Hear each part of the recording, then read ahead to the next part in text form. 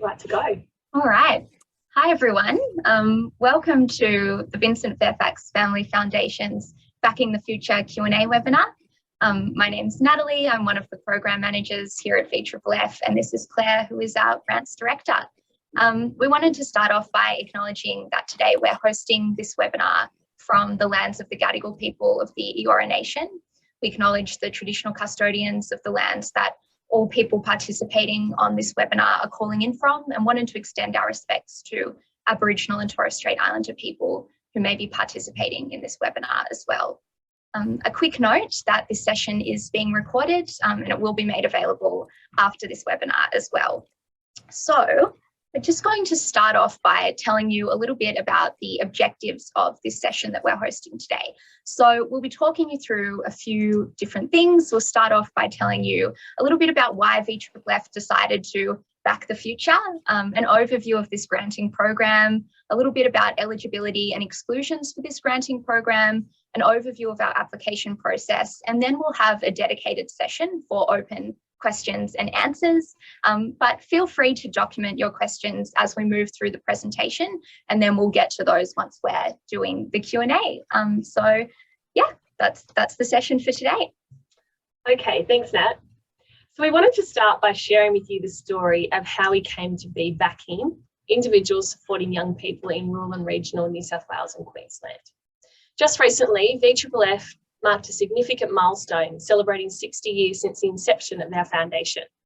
60 years since Sir Vincent and Lady Nancy set out with a vision to seek opportunities that benefit and care for Australians in our country. So since 1962, VFFF has distributed over $200 million in grants and have 3 generations of the Fairfax family active in our work today. Since 1962, the family and VFFF have learned a lot through our deep partnerships and through conversations with organisations about what makes good grant making. These learnings have informed the continual revision of our approach to philanthropy.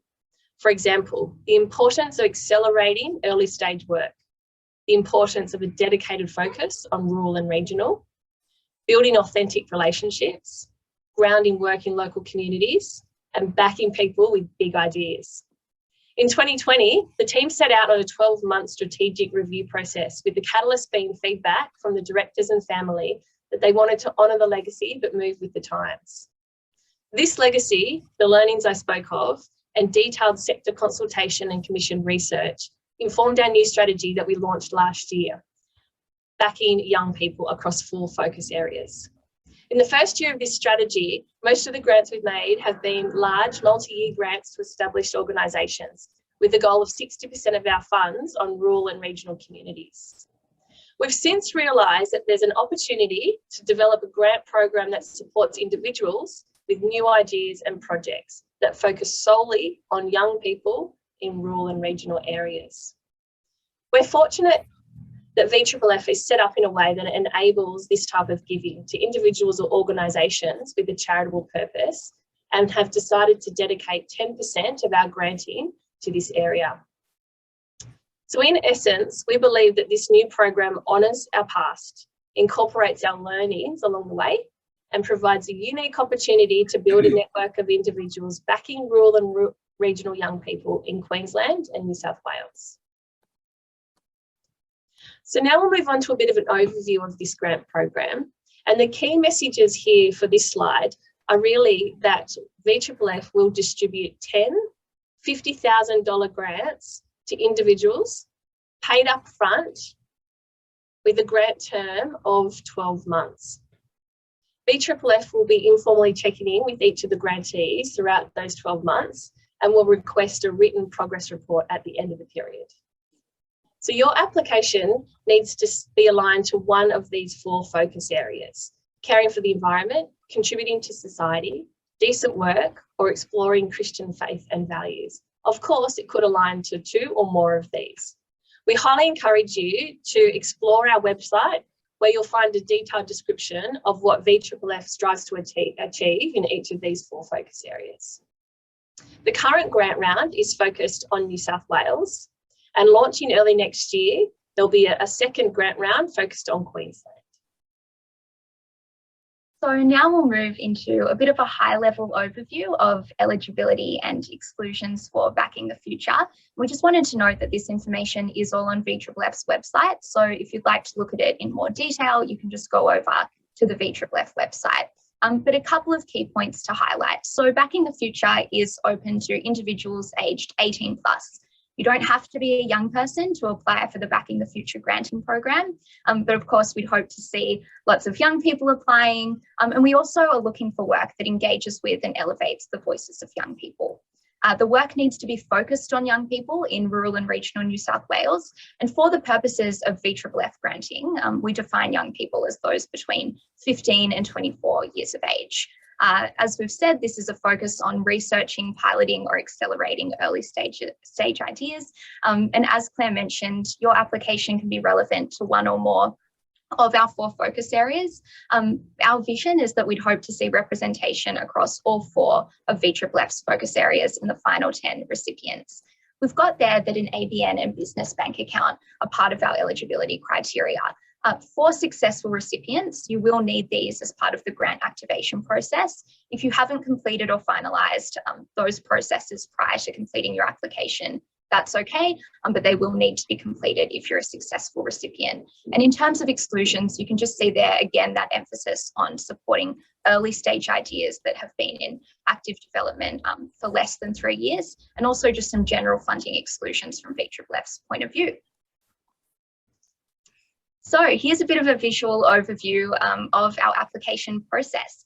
The first step is to really assess your eligibility for this granting program, which you can do by visiting VFFF's website and looking at our Backing the Future grant guidelines, and also the eligibility quiz, which is at the start of the application form.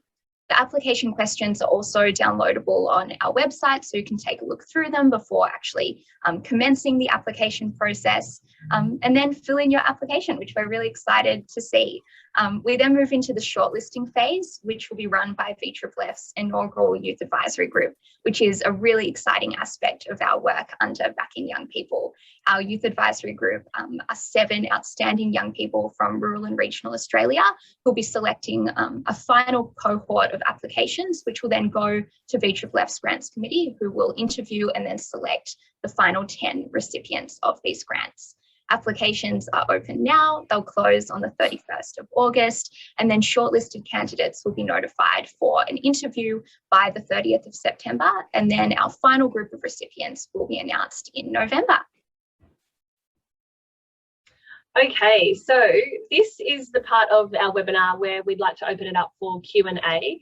And to get the ball rolling on our Q&A, we wanted to mention a couple of the common questions that our team have fielded since opening the grant round on August 5th. So we've had a number of conversations with potential applicants around the ability of organisations to apply. And in response to this question, we really want to emphasise that the objective of Backing the Future grants is to support individuals who are focused on supporting young people with a new idea in rural and regional New South Wales. So we do recognise that in the development phase of a project or a new idea, that people may have an aspiration to become registered as a charity or a business, or to work alongside an established charity. We do want to emphasise that the priority of this granting is to focus on really incubating new ideas or accelerating the development of their project, and not established organisations. That's right, and the majority of VFFF's granting under Backing Young People is on registered charities. So Backing the Future really is an opportunity for VFFF to utilise our unique flexibility in a way that adds value by backing individuals. So I'll just stop screen sharing and then we can see any questions in the chat box. Or feel free to raise your hand. So another common question that we have been having discussions with potential applicants is around the accessibility issues with submitting a video. So if you're having difficulties producing a video because of poor internet connection in rural regional areas, which we totally understand, or if you're physically unable to record a video, please just give us a call and we can discuss some alternatives. All right, we've got a question. Do individuals applying need to be within a certain age? Yeah, thanks for the question, Lindsay. So individuals applying just need to be above 18. So we just need to be an adult to apply. So you do not have to be a young person to apply. However, your work does need to be focused on rural and regional young people for this first grant round in New South Wales. So being an adult is the only eligibility requirement in terms of age. Does that answer your question? Hopefully. Oh, I'm not on mute. Yes, it does. Sorry, I'm going to just it does. Thank you so much. And can you just confirm the closing date? Is it the 30th next week, or did you say the 25th? It's the 31st of August. 31st of August. Yeah, Thank you. Ciao. Thanks, Lindsay. So we've got a question from Scott. What about if you're working in partnership with a not-for-profit to deliver the project? Can you count their in-kind support and other value adds to the program? So I think this is a unique situation, and I think when it comes to these types of partnerships, it will be assessed on a case-by-case basis. If you are not an employee of that not-for-profit and they're offering you consultation support to develop your project, that could potentially align to supporting individuals, because we would be supporting you with the $50,000. So it's not a clear-cut answer there, I'm sorry, Scott, but I'd say that that situation or scenario looks promising, but I'd encourage you to give us a call and have a chat further before you put your application in. Great. Fiona, thanks for the confirmation question. So yeah, that's right. The age range for this is just 18 plus. 18 to 30 is the age range for our youth advisory group. So we've also had promotional materials out about that youth advisory group. So that could have been where you saw that age range.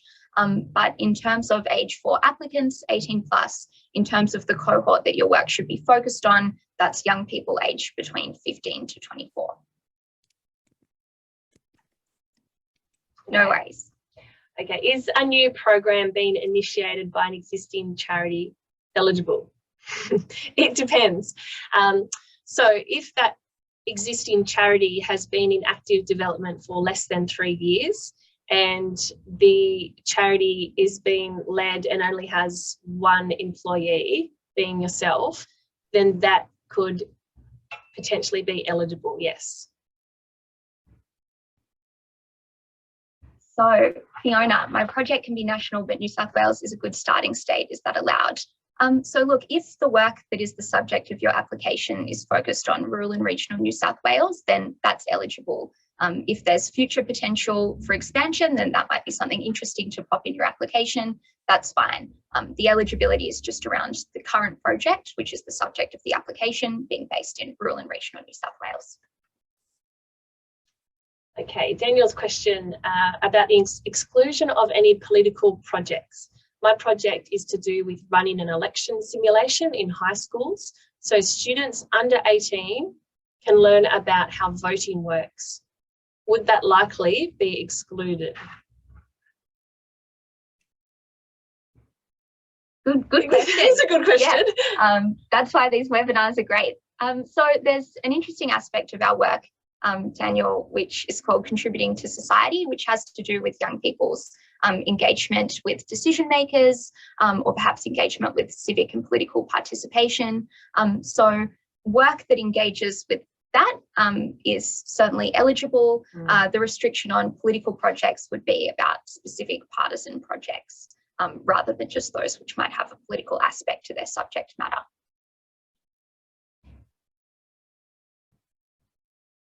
No worries.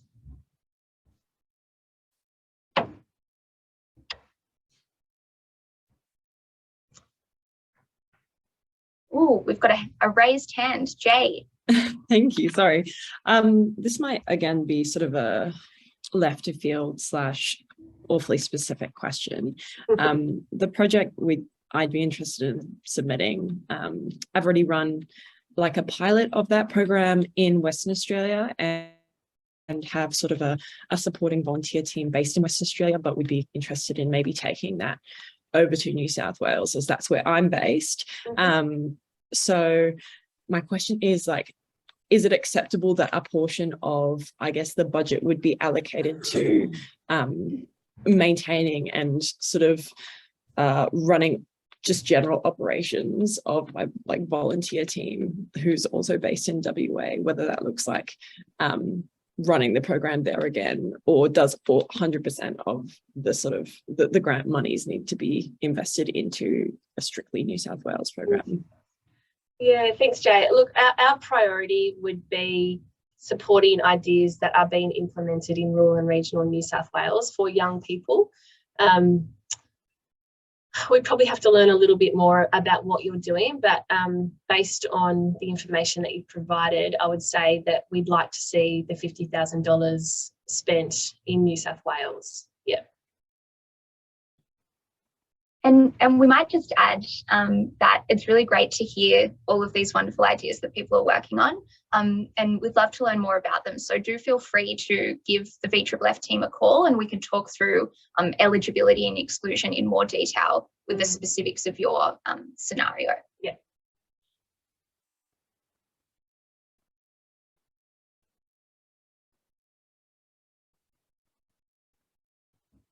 Any other questions, comments?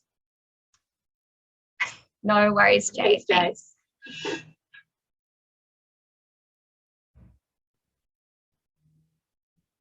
Typical of rural regional internet, hey?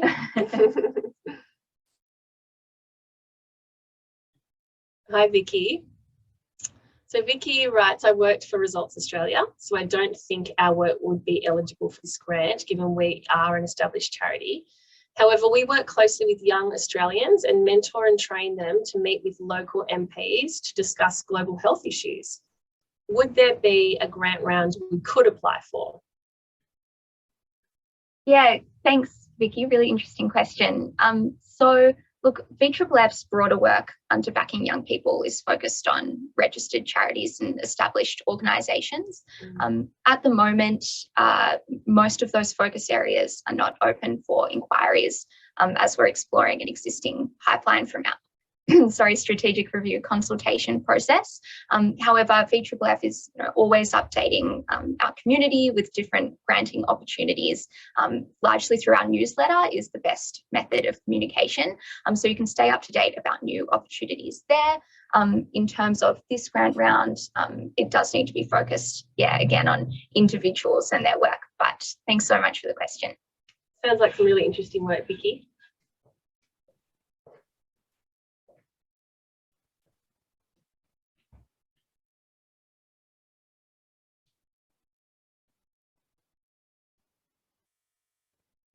All right, so no problem. So we might have exhausted all of the Q&As for this session. What I will say is that we will upload this recorded session to our website so you can watch it again if you like. We've also already had some really interesting applications come through for this grant round, and we look forward to getting many more as we get closer to the due date of August 31. So thank you so much for joining us today, and good luck with writing your applications. Thanks so much, everyone. Bye. Bye.